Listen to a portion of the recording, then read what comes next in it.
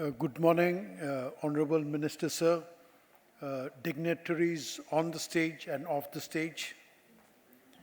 Before I begin, I would like to compliment the government for their resolute action on RCEP. This demonstrates the government's clear intent to support the Make in India initiative.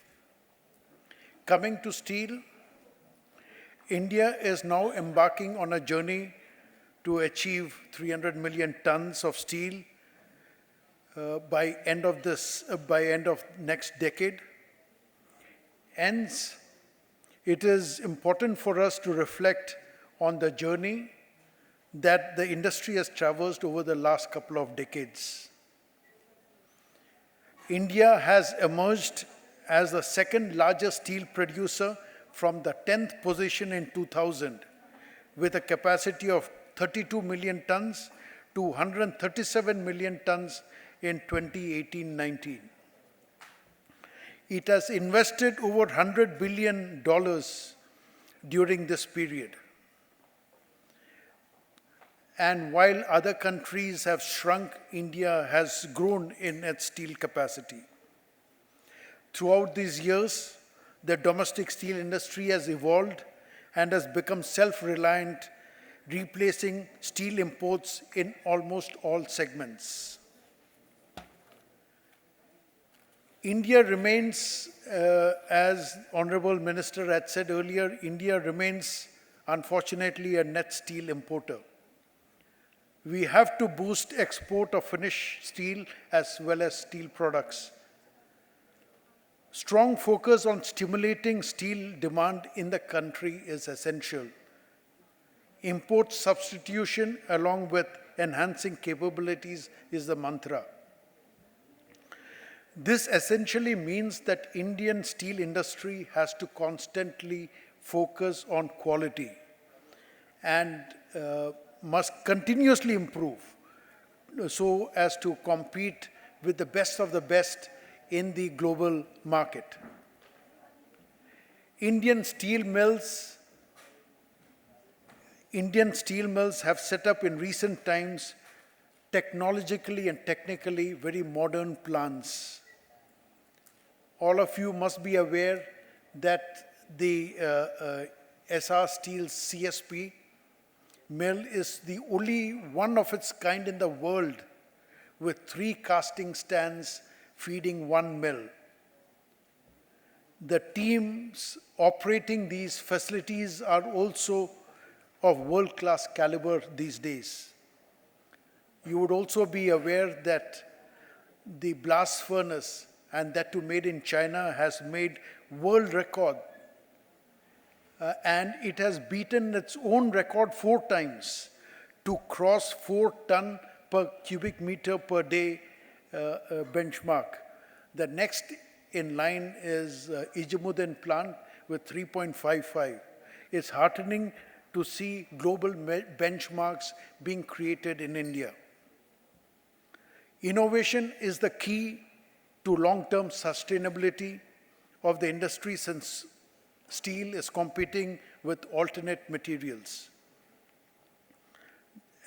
The emphasis on research and development to anticipate emerging demands of the customers is a requirement. Lightweighting of steel, self-healing coatings, how to reduce cost by using inferior grade oxides and coal that are widely available. India today has made foray into making products including the defense industry, and lot of import substitution has already taken place. As you would see in many of the stalls, the items that are put up is a clear testimony to that. Even the construction industry in India has leaped in terms of quality and productivity. Import substitution has not only saved thousands of crores in import, but earned valuable foreign exchange through exports of steel products, which was valued over $11 billion last year. The value addition in steel industry is over 55% on a conservative estimate, thus creating and retaining wealth within the country. It contributes immensely to the national exchequer, and its contribution to the GDP, national GDP, is over 2.5%. It has created 25 lakh direct and indirect jobs as employment. It is estimated that for every 2 jobs in the steel industry, it creates 13 more jobs in the value chain. The availability of steel has given a major boost to the Indian manufacturing, like automobiles, which was 4.8 million automobiles in 2000, was 31 million in 2018-19. I'm happy to state that the Indian steel industry is now marching towards building trust among its stakeholders and public at large through its responsible actions. The industry has taken it upon itself to become a torchbearer in 5 major areas. 1, occupational health and safety. 2nd, conservation of environment. 3rd, fostering image of steel as a totally recyclable material. 4th, supporting megatrends. And 5th, cost efficiency. Occupational health and safety, glad to report that many of the plants in India have reached or surpassed global benchmarks. For example, I can talk about Essar Steel. It has achieved LTIFR. It's a global well-known index of 0.22 against a global average of 0.84. The lower it is, the better. It's almost 25% of the global average. Conservation of environment. This is one of the priority areas for the Indian steel industry. Many of the steel producers are signatories to the Sustainable Development Charter of World Steel Association and are committed to reducing carbon footprint and environment protection. A lot of effort has been made in this direction. Reduction of carbon footprint, reduction in energy and water consumption, reduction in emissions, and some of these areas where the industry has made considerable progress.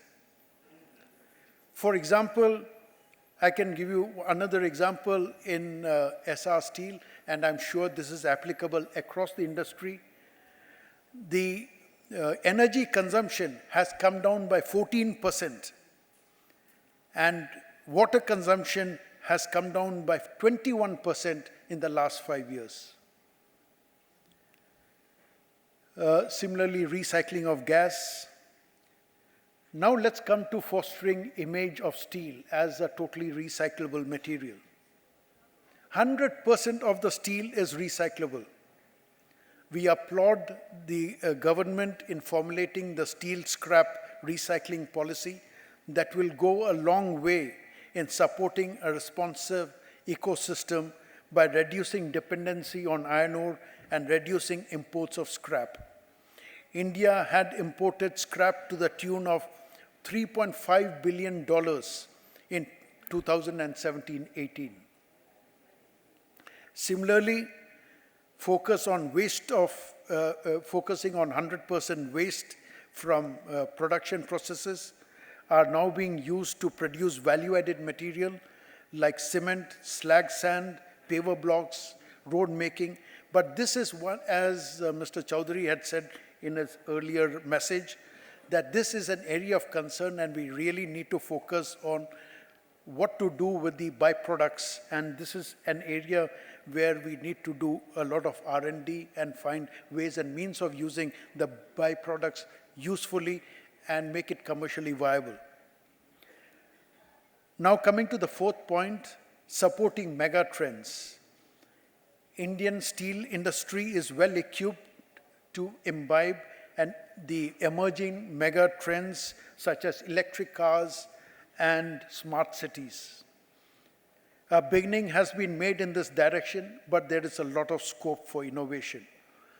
The scope of circular economy, reduce, reuse, recycle, and remanufacture fits well into the mega trends, and the industry has geared itself to adopt more efficient production processes and efficient use of resources. Cost efficiency with reducing cost of inputs, improving yields, improving operational parameters, and extensive use of IT and automation to drive down the costs. There is still a lot of scope in this area. Honorable Minister had talked about logistics cost. In Essar, we make extensive use of the waterways. It forms a primary component of our logistics.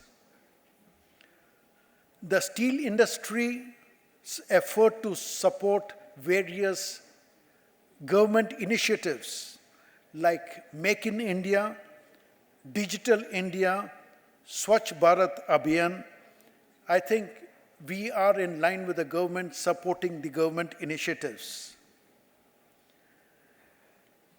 Having accomplished such an enviable feat, it is now at the crossroads.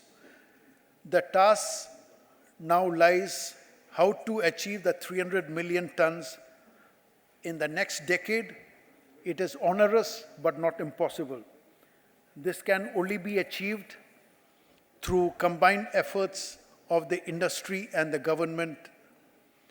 The global overcapacity, volatility in steel markets, subdued demand, and trade barriers in various forms in various countries are plaguing the industry. A few key areas where attention needs to be drawn is one, boosting domestic steel demand, because the production is rising, capacity is rising. We are constructing steel silos, for example, for storage of grains. So much of grains is getting wasted today. Boosting low-cost housing, such as Pradhan Mantri Awas Yojana. These are important schemes and a lot of focus is required here. Cheaper imports at predatory prices continue to pose a threat, and quick remedial measures are required in this direction. The current steel prices are lower than the reference price put in about 3 years ago. There is a need to incentivize exports. There is a slew of taxes that are levied where these could be returned on making the exports. As Honorable Minister had said earlier, natural gas is clean gas, and usage of natural gas to make steel is a clean, green process. So this has to be supported, it supports the environment, and the government is also keen to support us on this. The old long-term gas contracts needs to be revisited, and the gas should be available at reasonable prices. The long-term contracts need to be revisited because it is right now $4 higher than what is available in the spot market. And gas also needs to be brought under the GST ambit. Reducing freight costs. This is known because the freight cost from Japan to India is about $20, but within India from south to north can cost twice as much. develop strong and sustainable infrastructure to support the 300 million vision. Not only will it's an enabler, but it will also support steel demand.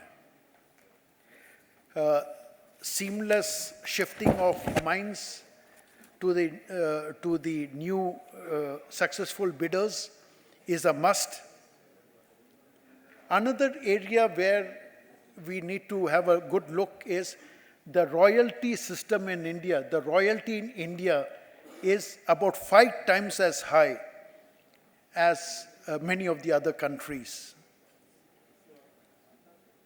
While Indian steel mills follow best practices in production and cost improvement, they are at a disadvantageous position against many countries due to various taxes and levies on energy which are not recoverable. But I'm told that the government is actively considering having a relook at these areas. We also require support for usage of steel byproducts like steel slag should be made mandatory for building roads, ballast for railway lines. This not only supports environment, but frees up a lot of storage space for the steel mills. Steel industry in India has a great future considering the fact that per capita consumption is still at a low of 74 kg as against a global average of 225 kg, offering huge potential for growth. I would conclude by saying the steel industry has a great role to play and in growth of this great country, and we are yet to realize the potential. There is a huge potential, and we shall not lag behind. Hand in hand with the government, we shall support the government initiatives, and I'm sure the government will support the industry to reach the 300 million target by the end of next decade. Thank you very much.